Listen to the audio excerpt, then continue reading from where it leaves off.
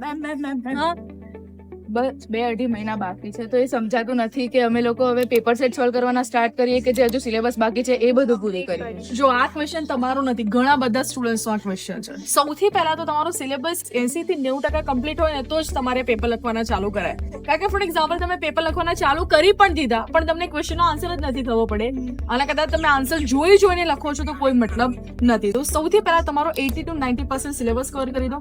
હવે એના પછી પેપર પેટર્ન કઈ રીતે કરવી એ સમજાવું.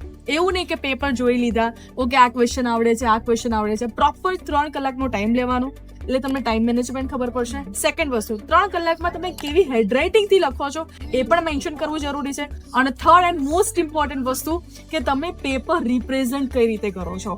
ઘણું બધું આવડવા છતાં પણ જો તમને પેપર રિપ્રેઝન્ટ કરતા નથી આવડતું તો તમારા માર્ક્સ જતા રહેશે. અને જો આપણે ઇંગ્લિશ સબ્જેક્ટની વાત કરીએ તો તમને ખબર છે કે ઇંગ્લિશ સબ્જેક્ટમાં લેટર, ઈમેલ, રિપોર્ટ કેટલું બધું મેન્શન કરવાનું હોય છે. અને એમાં જો 3 કલાકના ટાઈમમાં આખું પેપર ફિનિશ કરવું એ ઓલરેડી બહુ મોટો ટાસ્ક હોય છે. પરંતુ સૌથી પહેલા તમે 80 થી 90% તમારો સિલેબસ કવર કરી દેજો. તો તમને પણ આવું કન્ફ્યુઝન છે ને દોસ્તો, તો બોર્ડની ટિપ્સ અને ટ્રિક્સ માટે આજે જ મને ફોલો કરવાનું ભૂલતા નહીં.